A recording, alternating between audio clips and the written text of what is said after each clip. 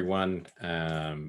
Julie and I have decided that today we're really going to focus on the psychology of the whole thing. So you guys, I'm going to guess most of you have seen us probably 10, 15, or 100 times over the last 25 years. And, we've done an awful lot of stuff on strategy. We get out there and we really like to poke around and show everybody what it is that we do all day.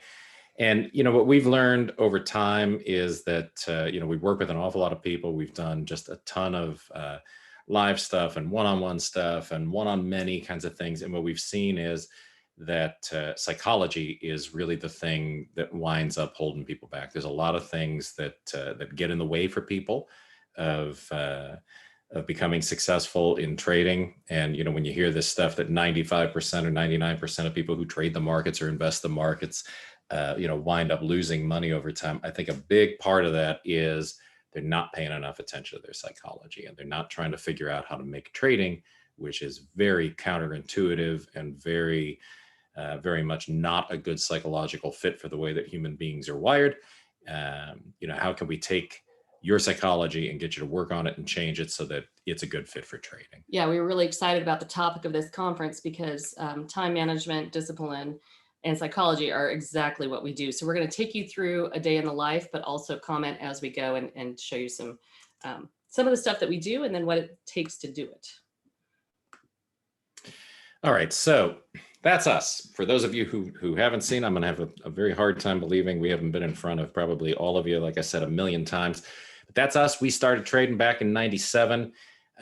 Julie and I did a bunch of work while we were in graduate school, where we went through and we were picking apart the markets. And coincidentally, we're both psychologists, right? So that's what our PhDs are in.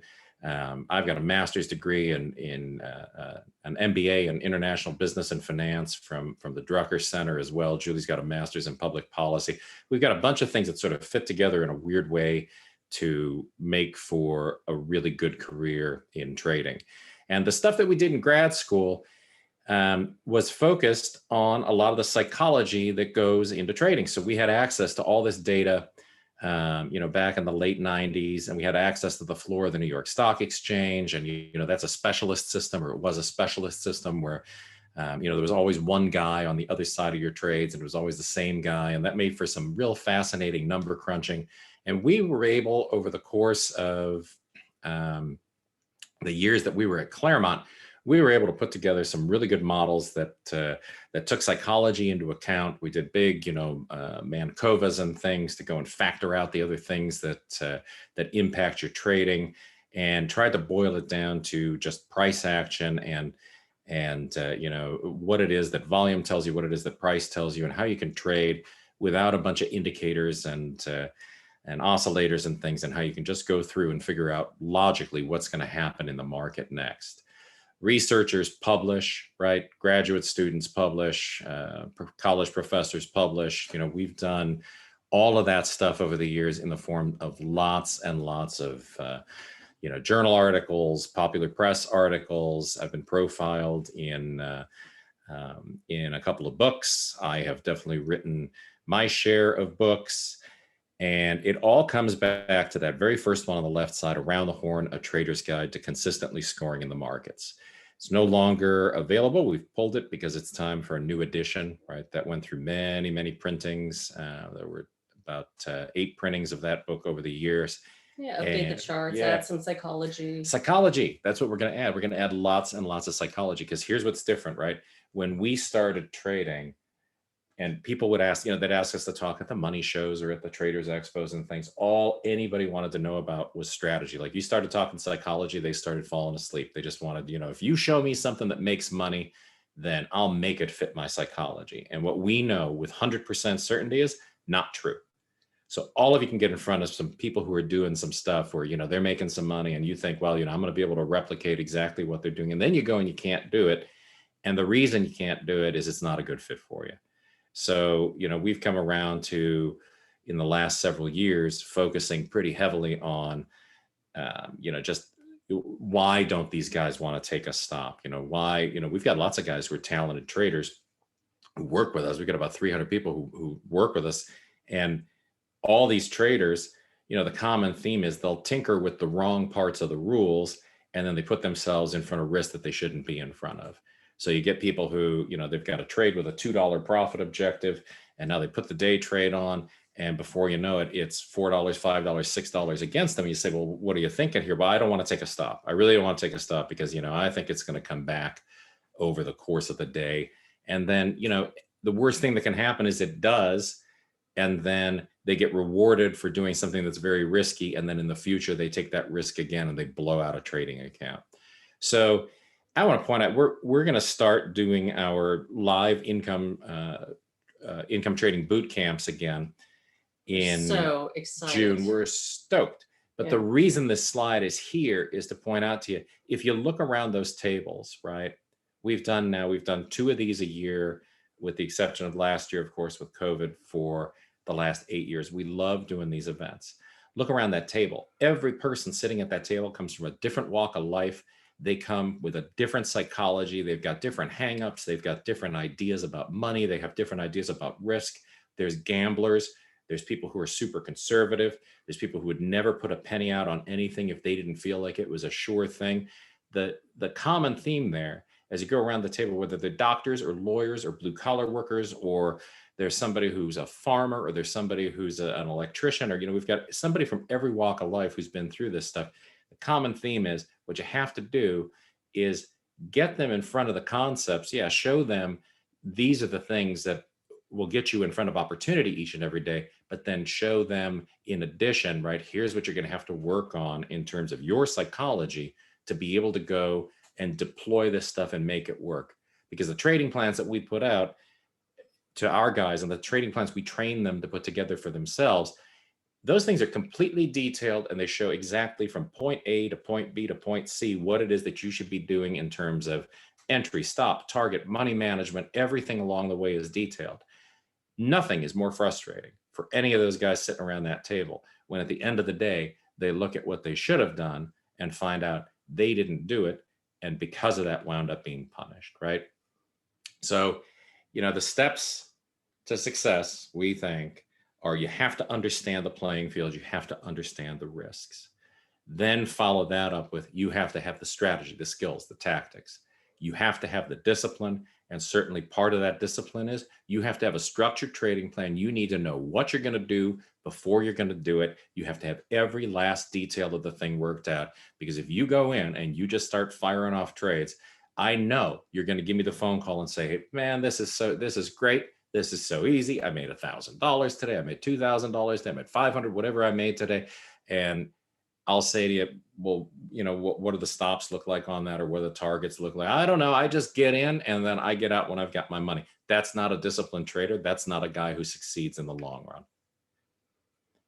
So for us, opportunity always comes. So if you're an Around the Horn fan, or if you're a Trade Secrets fan, or Beat the Street, or anything that everything that we do, everything that we've always done, opportunity comes to us through the cyclicality of markets and the fact that over the course of time, markets move in these very predictable patterns. You get a support area that becomes an accumulation, followed by a markup. Then you get resistance up above, you get distribution, you get markdown, right? All of these things are where those patterns in Around the Horn come from, right? Every single pattern that was developed is based on natural market cycles. We're not trying to gauge momentum. We're not trying to gauge anything in terms of opportunity outside of what is the chart telling us right now. Are we moving into an accumulation range, a distribution range? Are we getting resistance and support? And then is there markup or markdown? And that's how simple the business really is. But you really have to wrap your psychology around it before this stuff's going to start making sense in terms of getting you in front of those same opportunities. So we have this in here because Adrian has come up with a variety of strategies around that market cyclicality. And there are many patterns that under 10 though, that we work on, and he looks at every single day and has used in different time frames to capitalize on all the opportunity available at every different point in the market cycle. In addition to that, some of the things that we do, you can be on autopilot, or you could have to pilot your ship. Right. So if, we're going to show you in a little bit here, sort of the notion of workflow and how we go and work through the different trading plans that we have over the course of the day. Some of them are completely on autopilot. Others are completely manual, right? There's a set of rules around them, but they're definitely going to be discretionary trades. And when that autopilot is disengaged there, you really have to be aware of what's under the waterline. You have to be very present. You have to be very conscious of what's going on. The graphic down on the bottom there of the gal with the notebooks, that was very much Julie's role early in our trading career. And she was just gathering data. And the first time we did a boot camp, we had about a 10-foot table on one wall, and it was filled with these telephone book thick notebooks, those ones that you do the 3-hole punch and you just keep filling them up with your notes. And people said, what is all this stuff? And Julie was like, that's how we monitor what's going on. Those are our trading journals. That's where we keep track of what's working, what's not working. Everything was in there right down to, we'd get up in the morning, well, didn't feel good this morning, right? Got into some trades, kind of mismanaged things. That's how we shaped our behavior. That's how we made sure that we were going to be psychologically in the right place every day. We wanted to get to where this was a very intuitive thing for us and a very comfortable thing for us to work with. And then these are the various plans then that we developed around that. So our core strategy is still, and probably always will be, that around the horn intraday. It's like a swing trading strategy, but it's definitely an intraday strategy. I've got private equity clients who are, they're definitely doing it more as a swing trade. They're doing it against options. That's a whole different ball game. Our business, intraday trading. So we've got the around the horn trades. Those are all, to this day, New York Stock Exchange listed securities. We've got this fastball XRV strategy. That's a strategy that goes through and picks off institutional trading patterns that are happening in Nasdaq listed securities, bigger Nasdaq listed securities, but Nasdaq nonetheless, right? Because it's not the same. It's not like looking at NYSE data. When you're looking at the NYSE, you're looking at markets that are being made by one firm. When you're looking at Nasdaq, you have to go and ferret out who the one firm is that's really making something move. That's what that strategy is about. We have a 2SD opening gap strategy. That one just goes through. That's a statistically based strategy, very easy statistic to understand. We're not going to go through the actual stat today. You can find, there's tons of seminars that we've done. I think we've done them for David in the past here too, where we go through and really talk about what the math is behind that 2SD opening gap. You can go on TradeOutLoud and check out plenty those seminars. there's plenty of old seminars around that we don't need to rehash today. And then there's this thing that we call the Nasdaq Scalper Trading Plan, and that has become sort of the top of the heap right now for me, because I am trading pretty much all day every day. I used to focus mostly on the first hour. Right now the first hour has been not as predictable as it has been in the past. I've been focusing on sort of second hour through the end of the day, trading things like Tesla and Baba and Netflix, some of the big movers. So you've got to be adaptive. You've got to be able to move with what's going on in the markets. Most important thing is you got to understand what you're looking at. All four of these are very distinctive strategies. They use many of the same tactics, right? You have to have the right software. You have to have that you understand and can control, and you have to have time management and all the discipline. But you also really should have different strategies for different segments of the market to have opportunity every day. Right. And people who cherry pick wind up getting frustrated. So even my guys, the guys who have been through, this big boot camp experience, they've done, 80 hours of online training, and then they've gone to the live event, they go through all this coursework and stuff. And then what they tend to want to do is pick one or two of the strategies and just focus on that. And that's where they're gonna try to make a living. And I'll tell you this, it works for a while, and then it just doesn't work. Like you are writing a ticket that is not at all the way that the markets are, right? Like cherry picking strategies is a recipe for something, I tell my guys all the time, it's story's got a beginning and an end and some stuff in the middle you're really not going to like. The key is you want to get into a bunch of diversified strategies that keep you at sort of an average level of performance for what you're doing versus trying to find the one thing that's going to knock it out of the park right now, and then letting everything else go by the wayside. And then when this thing that you're doing today, right, let's say the opening gaps, which really tend to thrive during earnings season, all of a sudden earnings season's over. And, a couple of my guys who, they were always talking about, well, I make enough trading the gaps. I'm not going to worry about this other stuff. Well, then when earnings season's over, they're like, oh my God, this gap trading really stinks right now. What's going on? Well, what's going on is you took the other things that you've learned, the other things that you've worked on, and you've set them aside because you're looking at the thing you think is the big money. So these are the tools. Those are the tools in your tool belt. Those are some of the courses we have, just to show you that we have tools. You need to be able to turn and pivot to the one you need for any one time. We're going to give you access to this. If you want it, you would text psych to that number, and then you'll get access to both the psych evals if you haven't done those. If you have done those, no big deal. And then also a strategy that's going to go it's like a 40-page PDF about all the different strategies that you go through. So that's a little bit more in depth. We want to go through a little bit today on how you plan or how you execute during the day. Right. So, and what it looks like. So here we go. Again, if you want to do if you haven't been through our stuff already and you want to take a look, sort of kick the tires, just send that text message, and we'll put you in front of these things. You're going to have to do the work though. And I'll tell you, if you don't read that, if you're going to start by not reading the 40-page, the 40 pages of strategy stuff, it's information dense. And if your first reaction is, well, I'm not going to read this, I'm going to go take a look first, then I can say you're probably already done. It's people. This is definitely a trading style that is all about people who are willing to do the work. If you're going to get on the phone and tell me, well, I'm kind of lazy, then I'm going to tell you should probably be doing something else. But this is our workflow. So our workflow is, with these strategies we just showed you, we've got a day that's divided up. And I can point to any part of the day and say, this is exactly what I'm going to be doing. And some people hear this and they're horrified, because what they want to think is that trading is all about, well, I'm going to have all this freedom and I'm not going to have to, I'm not going to have a boss.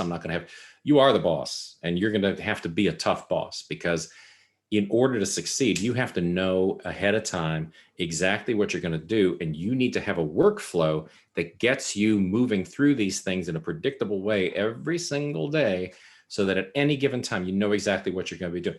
In the pre-market, before the market opens, before the opening bell, I'm going through and I'm setting up bracket orders on the trade that we called XRV and the around the horn NYSE trades.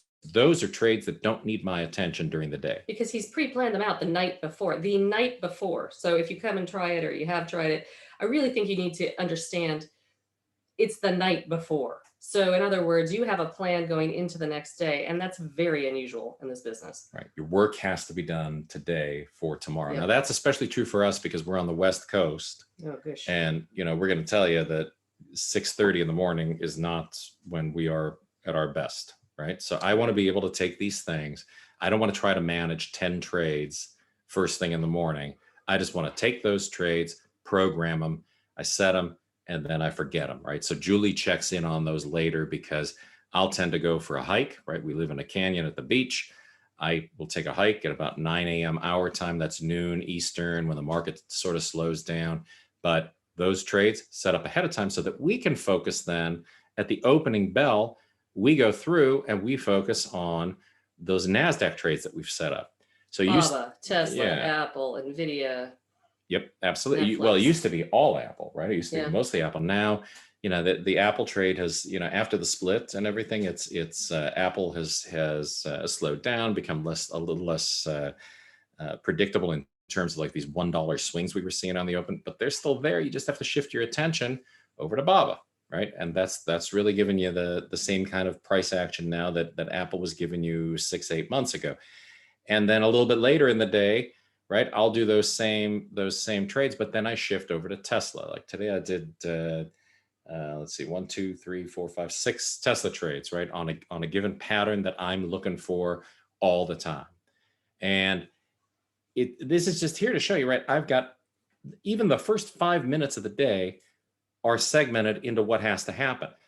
After those opening bell trades, I move on to the 2SD opening gap trade, right? I called it Baltimore Chop because it looks like an old Baltimore Orioles trick that they did when they had a slow base runner. But that's just because it's graphically, right? That's the way that it looks to me. That trade takes 2 standard deviations of volatility and says, if we get a gap that's more than 2 standard deviations of what volatility would imply, we should expect on the open, then we're going to look for an opportunity to fade that gap. We've got 3 ways to get into the trade, 4 ways to get out of the trade. And, you know, if you follow the rules, it's actually a pretty easy trade then to implement.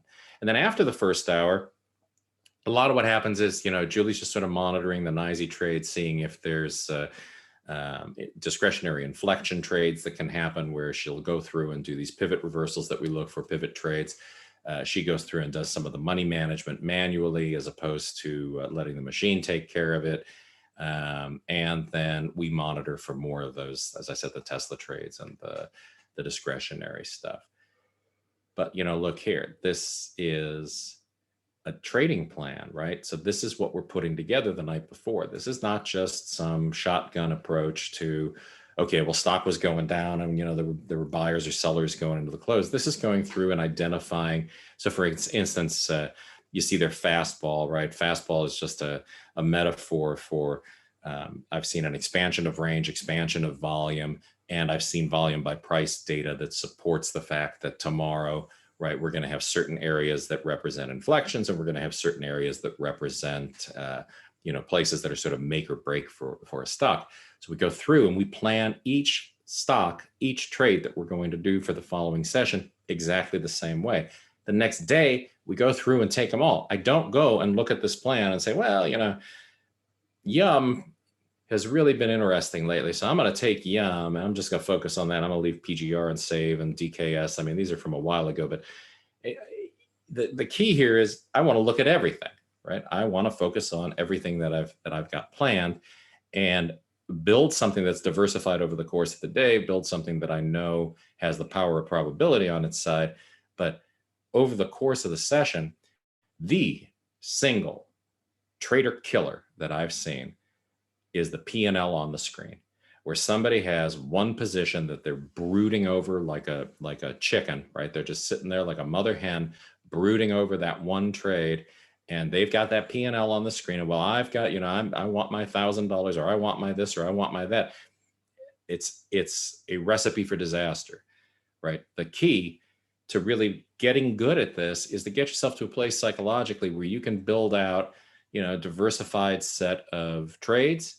You can go through and analyze the data later in terms of profitability, right? So we've got all this data that we crunch all the time. If you come into the site, when you get your trial, right? You come in, you log in. Once you log in, you get a dashboard like this, right? And it selects your trading plans. Once you select your trading plan, right? If you go in to our plans, you've got archives that go back to 2006 on the site, right? You can look at every single trading plan. You can look at every single, how did it play out, right? You can see the before and the after. Here's the plan, entry, stop, target.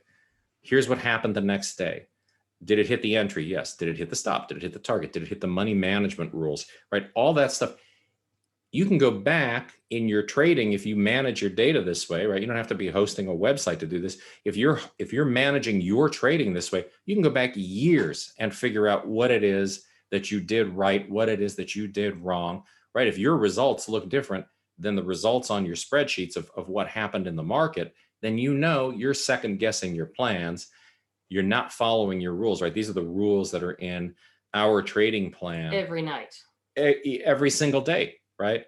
I mean, Julie and I certainly don't have to look at these because we know them. But here's what I can tell you.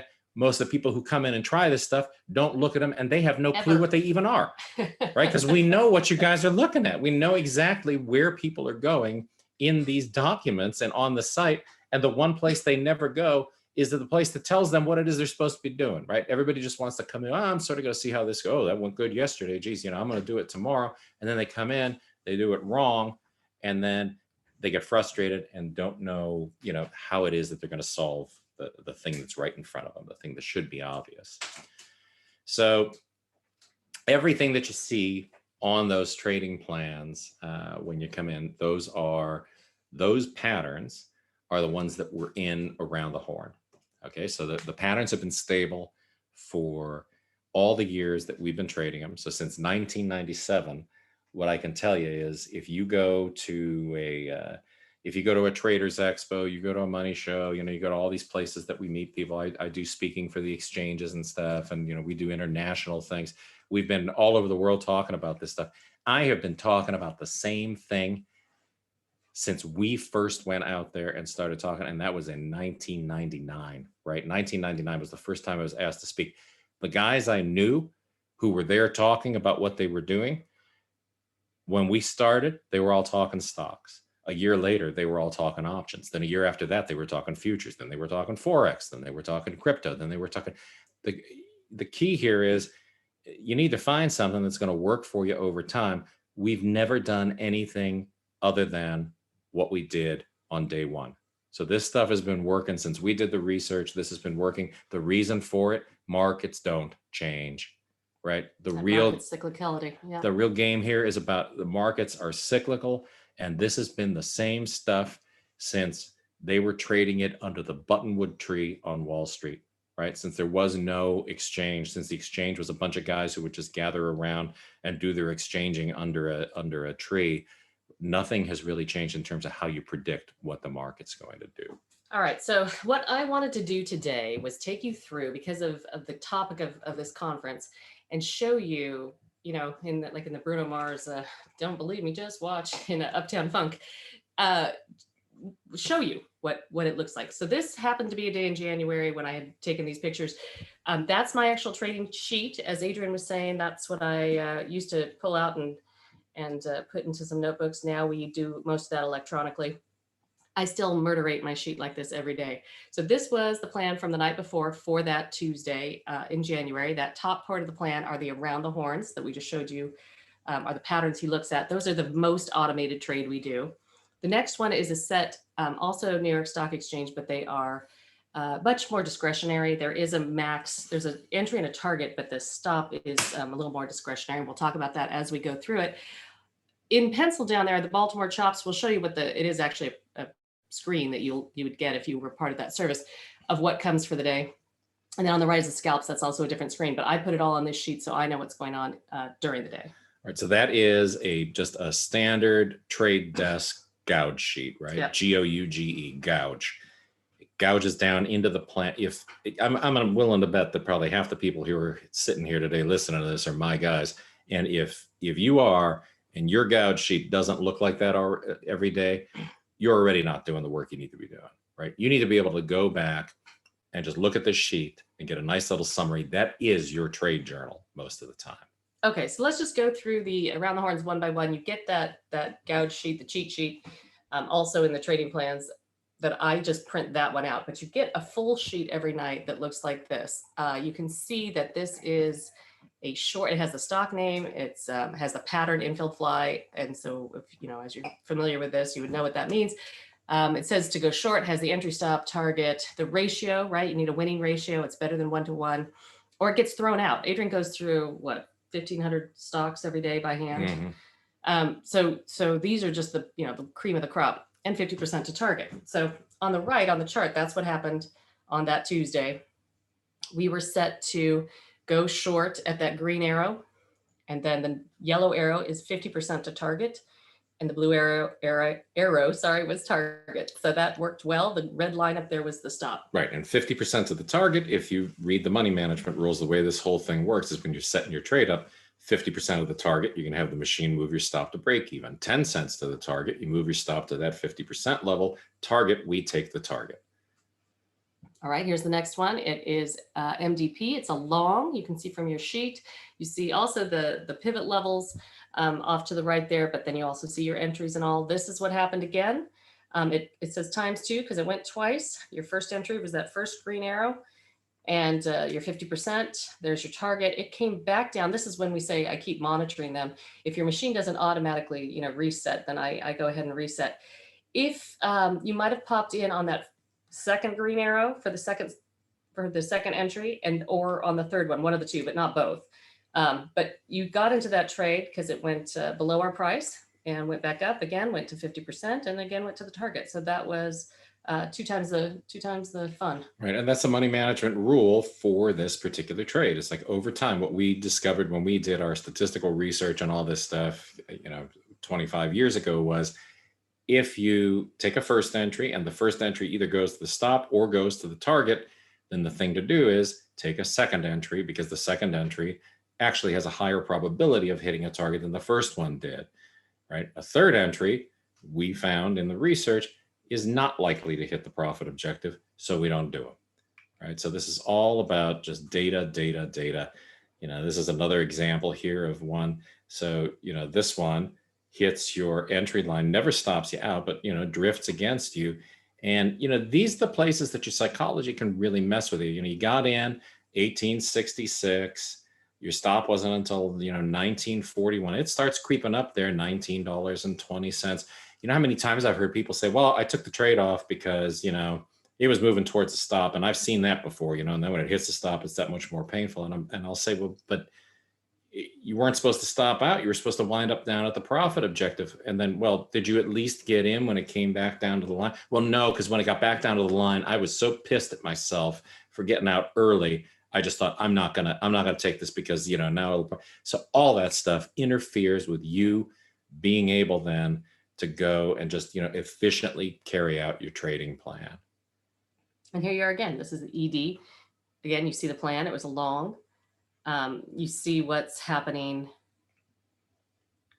Or is this my extra inning? Oh, sorry. Look at that. This is my extra inning. This is kind of fun too. Not all of the trades develop the first day. I'll show you on the sheet when we come back. I have a little pink. It says XI. That's extra inning. So if you look at the left, that one did not develop. The highlighted line would have been the entry. It never hit the entry. So the next day, if the trade is still set up, it never violated anything. It still just sort of had a pause day. I look at it the next day, call it an extra inning. Look what happened the next day. It did hit the original entry from 2 days before, 50% to target. Then the target pulled back down, and you could do it twice that next day. So that's another way to capitalize on the hard work that's been done the night before. So you see that the second one down with the pink that says XI, I identified that also the night before, so you know what's going on. Okay, here's the stocks to watch. A little bit more discretionary trade. There's a max stop, but again, you can see you don't get in until the green arrow. You get 50% to target. Your first target's the first blue arrow. If you do something, a discretionary thing that we can also teach you on trading pivots, you could have had an extension on that also. Second stocks to watch, again, you get filled, it gaps open, but if you're automated and it's waiting there, it goes directly to target.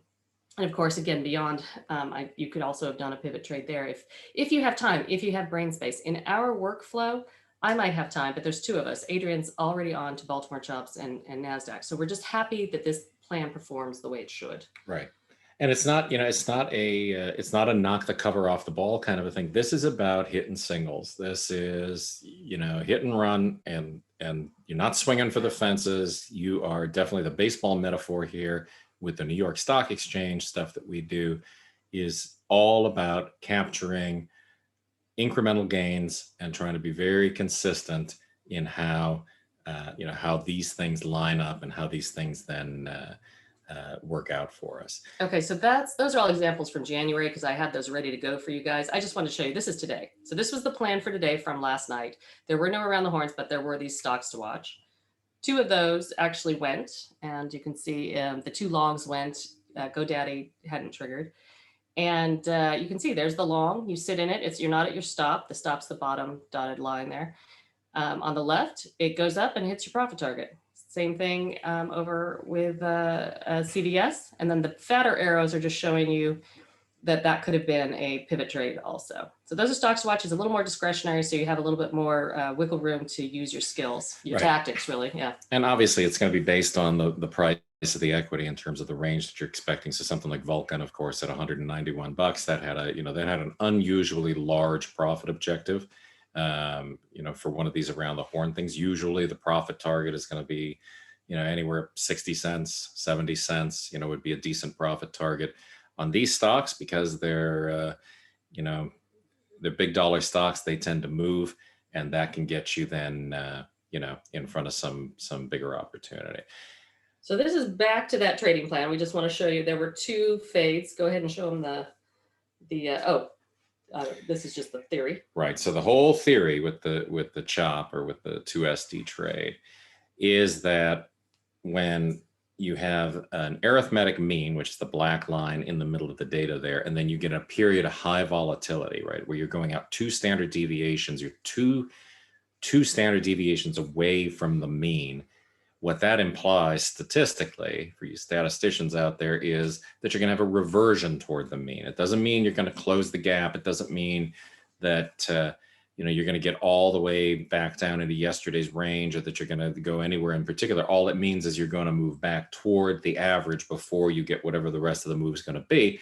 That's where this trade really managed to shine, right? Is to get these mean reversions. Very, very high probability of a positive outcome. Your 2 standard deviations out. 2 standard deviations means you have got 95% confidence.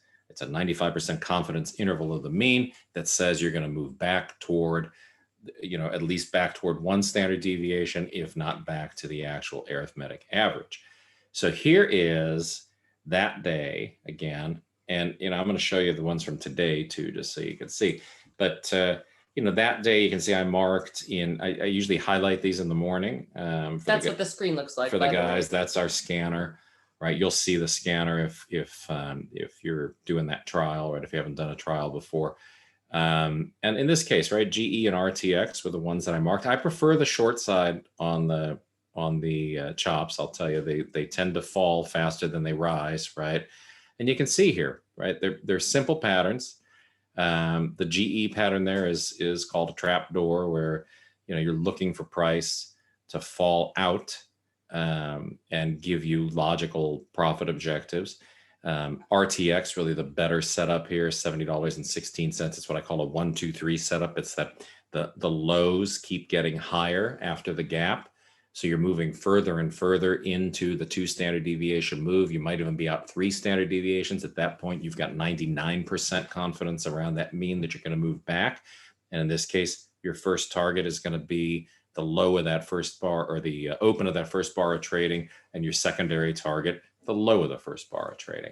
So it's a very logical, very learnable trade, right? You just have to put in the time to learn exactly what the theory is behind it. And then you have to take the time to learn how to do the setup, right? So you're going to follow on any given trade, you're going to follow the logical progression, right? So this would be a long, right? So this one gap down, and this is then a long side setup.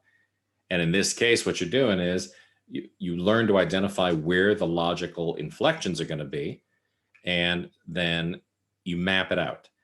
So you're just putting in here, okay, the 1, 2, 3 move down into 63.92. In this case, it's a long, so we're looking for those lower highs. When you breach 63.92, you would be getting in. And in the case of our trades, right, we teach guys to, you target either the open, the close, the high, the low of that first bar of trading. Try to line it up with some volume by price data over on the right side of the chart there.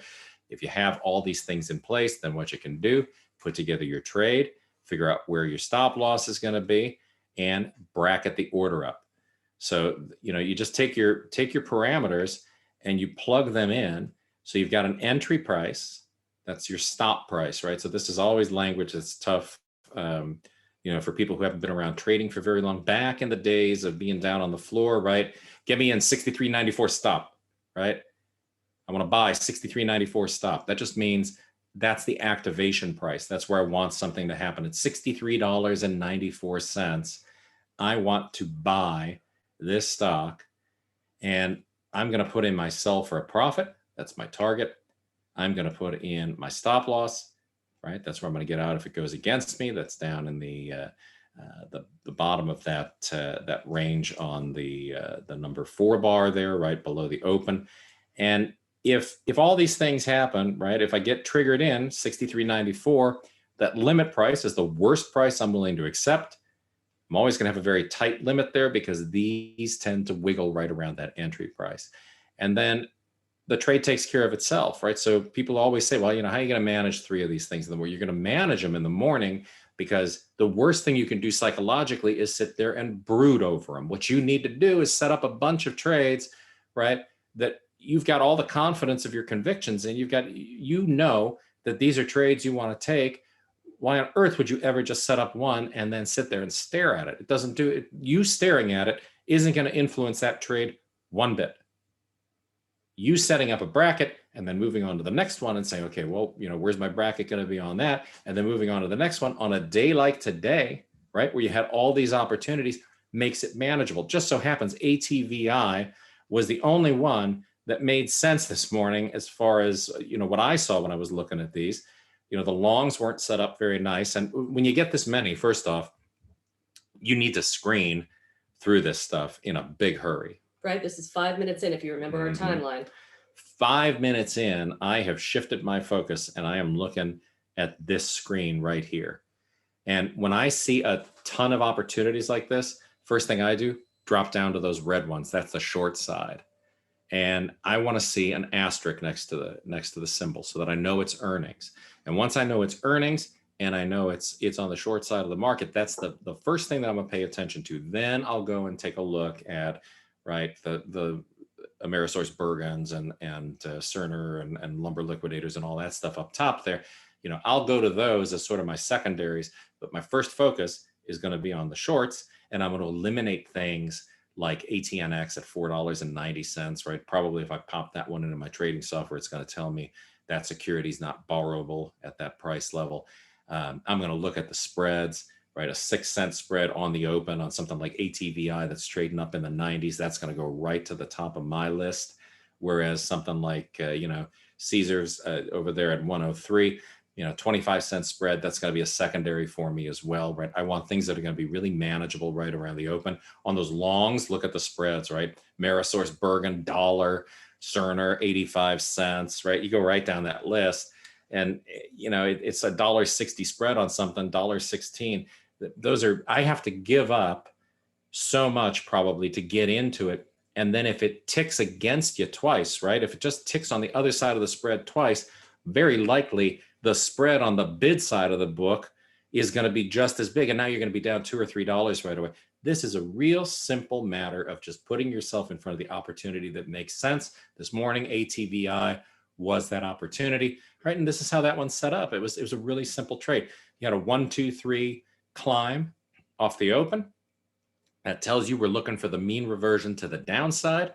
And when you go through and look at the price data, it's very easy to plot exactly where each one of the levels is that you're going to be interested in. 93.51 is the low of bar number 3, right? If price comes back down through 93.51, I'm going to look to get in. So that's going to be my stop, right? That's my stop limit order. The stop is going to be 93.51. Worst price I'm going to accept is going to be 93, probably 40 in this case. I'll probably give a little bit more room, or 45, something like that. 93.80 is going to be the stop loss on the trade. It's going to have a really tight set of parameters around it, because if you look at the chart, what happened when price got above 93.80? It shot all the way up to $94.70. That tells me if I get above that level again, the most likely thing that's going to be, right, history repeating, it's going to wind up back someplace I don't want to go. That's more risk than I want to put on for the trade. And $92.34, the low of that first bar of trading, lines right up with the volume by price data. That's how the target gets set. So when you approach this stuff in a way that makes sense in terms of the risk that you want to accept in terms of your psychology, that makes it possible for you, whether you're trading this or you're trading, Fabergé eggs or whatever it is that you're working with, right? If you can set it up so that your risk profile lines up with the stuff that you're trading and you understand the risk that you're putting yourself in front of, and you're willing to put stops in place to guard your account, and you're willing to put things out there and just say, once it triggers, I'm going to let this thing handle itself, because I know what I would do if I was brooding over it, right? I know exactly what it is that I'd be looking for. I'm going to put that all in place before the trade even triggers. That puts me in front of the opportunity and gives me the opportunity to look at something else. So we got an entry, we've got a target, we've got the stop in place, right? That's what makes for a good trade as far as I'm concerned. All right, so back to our day in the life. This is what the Scalper Plan looks like, again, the night before this comes out. There's two sheets. The first sheet has three sort of likely trades that might happen, and Adrian gives three bands. So there is a whole course on this. There's a whole course on the 2SD gap also that goes into great detail about how this works. But essentially, you're looking for it to make these moves in these bands. Not, it's great if it does all the bands, terrific. Apple is a different story where he's going to give you these levels where he expects it's going to inflect, and you have to use a little bit more discretion intraday to figure out. Yeah, it involves looking at those levels and understanding how those levels sort of correlate with the pivot line levels, and then also looking at what's going on in the Apple trades in the pre-market like most stocks trade in the middle of the day. Apple is very liquid, and it's very liquid early on. The positions that are being established in Apple, the big positions tend to start, putting on some share size around 8 a.m., right? So hour and a half before the market opens, you've already got some really good inflection levels that you can predict. And this whole trading business is the business of predicting inflections. So those are sort of color coded to bring you over to here. So here was Tesla. These are, you see pre-market, the left-hand trade there is Tesla. You see that without the volume on the bottom there, right? That's all pre-market. And then market opens. And those are the bands that were just over on the sheet we just showed you, those orange bands there. It moved through them 1, 2, 3, 4. Right. The top band, I shouldn't say 1, 2, 3, 4, 1, 2, 3. It didn't make the top band, so you get out, break even on that one, right? So I mean, and it did it twice actually. If you look at the second band, and this is where the discretion comes in on these. Nvidia, same thing over on the side.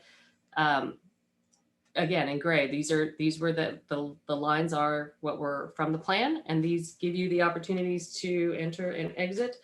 Apple, I had a couple levels highlighted; those were from the night before. And you can see it just did those levels as well. And then there is the BABA from the day before, I believe, from pre-market. So we're looking at the pre-market levels there. And then you can see what's happening during the opening. But sort of the gist of what you should be getting here. Again, we're not, today is not our day to talk strategy. Today, what we're trying to show you guys is the psychology of this stuff, right? What is it that you need to do in order to put yourself in front of opportunity and be able to capitalize on the opportunity? The big thing is you need to be able to go and create a workflow that's comfortable for you, and you need to be able to get your hands off the keyboard. You need to go and be able to work through different things that are working for you so that you're not paralyzed in front of the screen when that one stock you're trading goes against you. And then now I'm going to wait for this to come back, right? Because it doesn't work. Now, obviously, this is a day where everything worked out right. I like to show this day just because, there's plenty of days like this. It just so happens this is the one I had. And I had my sheet for that I could show you. But the truth is, I like to see all these smiley faces. I don't always have all smiley faces. Sometimes it's a flat face because it's a break even. And sometimes, there's frowny faces. Of course, that all happens. But this was it was a great example of showing you, down on the stocks wash where I say plus 75 cents with a trail. I was testing out my trail on that one. Well, those are discretionary trades. I'm allowed to do that. Do I trail on the around the horns? No, I get out at my target and I do what I was supposed to do. So this idea of discipline and strategies and having a plan beforehand so you can deploy your tactics is super important. Obviously, having a trading plan is what's going to help you keep your discipline. It amazes me, right? So a bunch of you have taken the volatility band course, and you know what it is you're supposed to be doing on these trades, right? So like here, there's this notion of confluence, right, that I talk to these guys about, and all the things that I'm going to look for before I'm willing to take a Tesla trade. So those little dotted lines on the bottom left chart, they were all shorts today that I took, right? So each one of those dotted lines represents an entry and an exit, right? So there's, if you look over to the far left on the chart, bar number 4, the lower bar number 4 represents an entry. And then if you go down to that orange line, there is a volume weighted average price. An anchored VWAP is what I'm using there, right? And that represents the exit on that trade. And you can just go sort of across the screen and see where all the trades were. You wouldn't believe how many people, they've taken the course, they know what to do. What they really want to say is, so where are you getting in? Where are you getting short, right? Because they don't want to look for this stuff. This is where you get the courage of your convictions, is you sit and you stare at this junk long enough that you know exactly what you're looking at, right? I've got 2 standard deviation envelopes on the bottom right chart there. I've got on the top, This is all Tesla, right? on the top, this is all Tesla. On the top left there, I've got a volume weighted average price for the session. The middle chart on the top are the significant levels from daily support and resistance. And on the bottom left are the volume weighted average prices for each one of the little ranges that test. Every time it makes a trend move, I give myself an anchored VWAP. Every time I get an anchored VWAP, what I've got is another area that I'm going to use as a target if I see confluence there. People learn this stuff and then get lazy, right?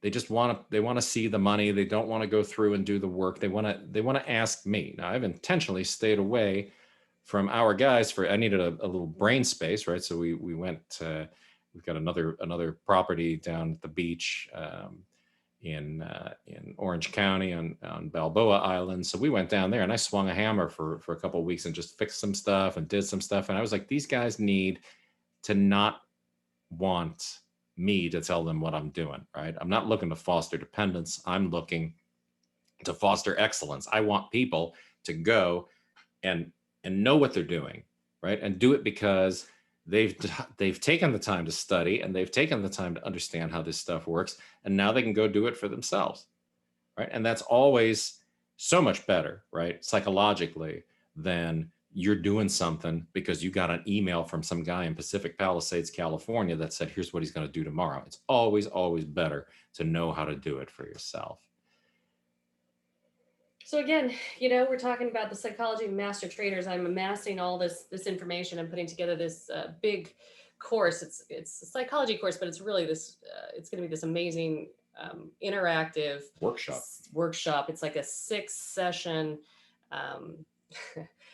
Adrian's like, could you just put it out already? I keep adding because it's so exciting to have all these different pieces to it. And we're going to use a coaching piece at the end of each piece or at the end of each session so that you set your own goals for the week in the variety of things we've talked about that week. And then you can go back and check and see if things are moving forward for you in your trading business.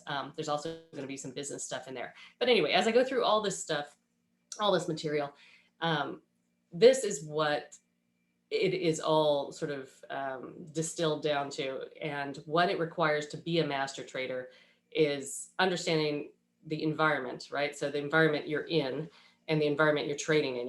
You've really got to know what you're doing. You can't say, oh, I'm going to trade stocks. You know what I don't trade?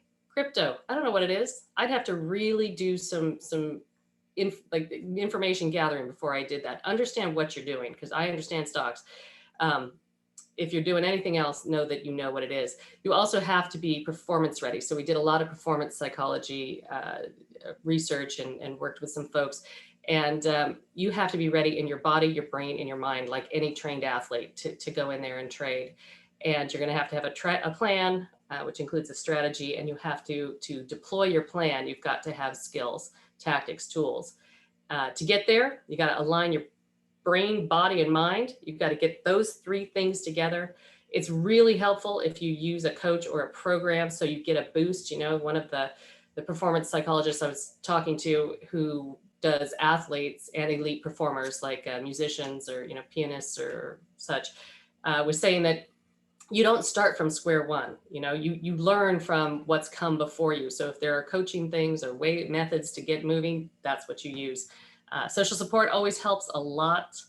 Obviously, you have to understand your plan and your tactics, and you have to keep learning. We always keep learning. It's one of the reasons we love doing our boot camps. We run into folks and get to talk to people, and we keep learning things ourselves. Yeah, somebody told me the other day, one of our guys said, that he was watching that show Billions, and he said, that's based on, some actual fund and how the thing runs. And he says, what's interesting there is you and Julie are always harping on, you need to be in touch with the psychology. And every time one of his traders gets out of whack on that show, what he says is, you got to go see the shrink. You got to go see the performance psychologist now, because it's very easy to fall into ruts. And what you want to do is make sure that you're always on the road and always accelerating, and that the learning curve for you is very predictable and that you're staying on track. Okay, so again, if you want to do this stuff, if you want to, take a look at what it is that we do and have the opportunity to sort of look over our shoulder, we're going to be back in our war room and our first hour trading pit with the guys starting tomorrow. And I'm gonna go in there and read some people the riot act about whether or not they stayed focused, right? But if you would like to get access to all this stuff, then again, what I would say is show up, right? Don't sign up for something and then not download the stuff that's free. Nobody's pestering you once you're doing this. You get an alert every day when the stuff is ready, and it's only 2 weeks anyways. So go in there, take a look at it, and see, right? Does it fit your psychology? Is this stuff that you're able to go and work with? Is this stuff that can put you in front of opportunity? Is this stuff that can get you to a point where you can say, wow, I'm a profitable trader? Or is it just something that's where you're trying to pound a square peg into a round hole? Because nobody can teach you something until you're ready to learn it, until it's going to be a good fit for you. All right. So we have got time for some questions. Hopefully there's some questions. If not, then we finished in record time and finally got one done early. I was gonna say, did we pull up the chat? I mean, we could go on and on and on, and I could start telling you more about the site course. I mean, we're excited about it, but we'd be happy to answer questions.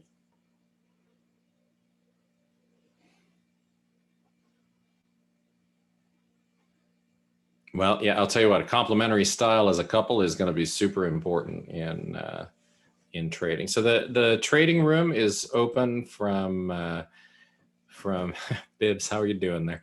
The trading room is open from about a half hour before the market opens until, we leave it open for about the first 2 hours. Really, the most activity in there is going to be, right around that opening bell, and through the first half hour. The opening gaps tend to be valid for about the first 30 minutes of the session. When you go out more than 30 minutes, it starts messing with the statistic. You're going to know that because you're going to download the strategy guide, and you're going to read about that statistic before you go in and start firing off trades or even paper trading, right? It's important to understand the thing. Nothing that I do is a black box. Every single thing that we do is fully talked about, disclosed. Everything is written there in a way that, you can understand, and you're going to be able to get in front of. So these are good questions. So if you want to see this, Jeff, what you do is you just text psych to that number, and then that'll set you up with the trial. It's an automated thing. And then Mary Jo, if you want to postpone the trial, you can just text it anyway. So text to that. It'll send you the thing saying that the trial's up, and then just send an email to Julie at TradeOutLoud, and say, we don't have our site up here. We don't have our, we must not want you to come too badly. We're only looking for a few good traders, people. So yeah, TraderInsight.com, and then Julie. So how long do you wait for the trades to calibrate? I mean, if you're talking about how long do you wait for them to trigger? How long do you wait for them to set up and trigger an entry? Most of what we do is, as we said, automated, right? So I'll do the setups tonight for tomorrow. And what I'm doing is I'm literally flipping through the charts by hand, because I think, there's lots and lots of software out there. There's stuff, I'm well known in the world of trading, and lots of companies have licensed scanners and all sorts of stuff from us over the years. That stuff's great, and it does the work for you sort of quickly. A lot of it is highly accurate. But what I find is it's still to my advantage to just go and, really the list of stocks, the universe of stocks on the NYSE, I bring it down to about 1,000 stocks a day. And I can flip through those 1,000 stocks in just about an hour and have the plan put together. The following day, as long as that stock it didn't blow out, right? It didn't gap way higher or something, or gap way lower and move. Well, we're going to leave that trade set over the course of the session. And if it doesn't trigger that session, like Julie said, she'll set it up as what we call an extra inning for the following session. The gap trades strictly a first 30 minutes of the session trade. The scalper trades, right? The Nasdaq trades that we're looking at, those can be a first hour trade, or they can be a trade that develops like Tesla. I'll trade that thing all day long. But there's a very specific set of patterns that I'm looking for over the course of the day. Yeah, this has been very popular with people who only want to trade the first hour, and that's great. I mean, either they're on the West Coast or Mountain Time, and they can go on and do a day job and some other things. And other times, people like to sort of sit with it during the day. The advent of automation has been super useful with the New York Stock Exchange. Yeah, and I get it. A lot of our guys are a lot of the people we work with are people who are retiring from a career in something, and they don't want to sit in front of the machine. I don't want to sit in front of the machine all day. I don't sit in front of the machine all day. I've never had a job outside of trading this stuff, right? And when I'm done, I'm out. I go and take a hike. I go walk on the beach. Is it not better to hold for longer term? So, when you're trading this style of thing, right, there's a couple things you have to bear in mind. Intraday trading, when in a PDT account or a pattern day trading account, right? Let's say you go do three or more trades over the course of a week, round trips, and they label you a PDT trading account. And when that happens, you get 4-to-1 margin, right? You get 4-to-1 leverage. So now you got a lot of money to work with intraday. So say, you got $30,000, $120,000, $50,000 is $200,000. You get to $100,000, you have $400,000 to work with. As soon as you hold it overnight, not only do you add overnight risk to what you're doing, but you diminish your buying power, right? Because now you go down to 2-to-1 leverage, and it affects the account that you're working in. Do I have clients who are those patterns all work? You want to use those patterns on any time frame. They are market cyclicality patterns.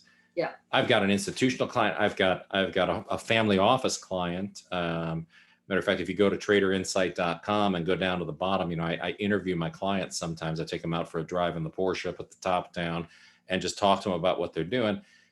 That family office client, yeah, he's not looking to take these intraday like this, because you can't move that much money through these stocks intraday. He's taking patterns that he's setting up exactly the same way. They're all these around the horn patterns. They're the things that he learned in the Income Trading Academy at the boot camp, but he's taking them and he's using sort of long dated options to buy these stocks on these bigger picture patterns and try to hold them out 3 weeks, 4 weeks, 6 weeks, right? So they can benefit from the fact they can put more money to work. They don't need the leverage, right? They can put more money to work and they can hold these things in the longer term. This is income trading. The stuff that Julie and I do is about generating income. Where do we hold?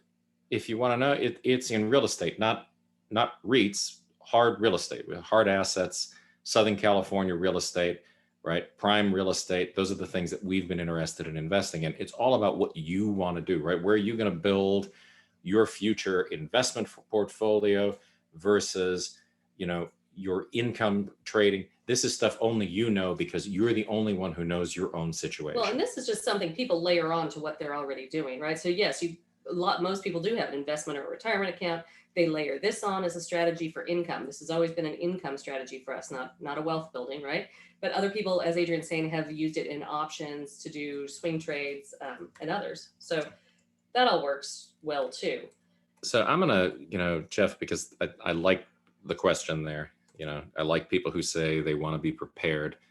I'm gonna pop that's my cell phone number there. And if you want to just send me a text sometime and just let me know that, you want to talk and you want to be able to prepare yourself, then, that's great. Like, I'm happy to take the time, for a 10, 15-minute phone call and, help you think through how to prepare for this stuff. Again, the same thing, text to that number there, text that psych. You also get the PDF if you text. Yeah, and then you can get that PDF and you can start reading and stuff. And then just send me a quick email or a text or something and say, I'm not really ready to start yet. And I wanted to talk to you before I do, sort of get the lay of the land. You can tell, listen to us here, we are always like happy to talk trading. And those of you who have been to the traders expos and money shows and stuff, you know it as well, right? There's a reason they book us for 5 or 6 presentations at those things. Well, and our site is super, super deep because it's been around forever. Again, you're not going to find that many places. I just have to put that out there because it comes to mind. People tell us that, and I thought, I really need to start telling other people that. Like, we've been around forever. So the site is super deep on information. Go to TraderInsight.com, scroll down. You don't have to be a member to get to a lot of videos. Yeah. And if we you had want a YouTube channel. We had, I mean, there's a whole bunch of. The YouTube stuff's not as active now as it used to be. Most of what we're doing is just housed right on our server. If you go down to the bottom of the TraderInsight.com homepage, you'll see a bunch of videos. Then once you get there, you can just click on show more videos, I think it is. And there's a couple of years worth of just digging into trades and digging into the psychology. And here's what we did. Here's why we did it, right? Here's a question I got from one of our guys. And, sometimes I beat my guys up, just because I've been working with most of you for, going on 8-9 years, and Mark Bibbs can tell you that. Yeah, Bibbs, who commented before, can tell you he has been beat up on more than one occasion, pretty significantly. I take him to the woodshed probably, once a month, but yeah, but he knows what to do with it, right? He knows how to take stuff and deal with it in a constructive way and just make it happen. Yeah. And Yep. So the website is right. It's right there, but TraderInsight.com. I just typed it in the there you text go. there. Type it in again. I put my email in there too. I'm better if you can email Adrian. It's just Adrian@TraderInsight, but .com. But he probably won't see it. He's buried in email. So you want to CC me if you want to send something to him. All right. So if there's any other questions, we're happy to take them. If not, we're good. Yeah. We're good. TraderInsight.com. You got it. Thanks, everybody. It's really, appreciate you staying, especially on the East Coast, staying through this whole thing to listen to us and see what it is we do here. So it's always fun. We love it. We can't wait to get back to, we're going to Money Show again at some point to talk live. I mean, if David had something live, we'd be there in a hot minute. Yeah. And we always enjoy doing that with Anka and David too. It's just a great group and lots of fun. I always tell people, don't invite us because we'll show up. Exactly. All right, guys. Exactly. Thank you.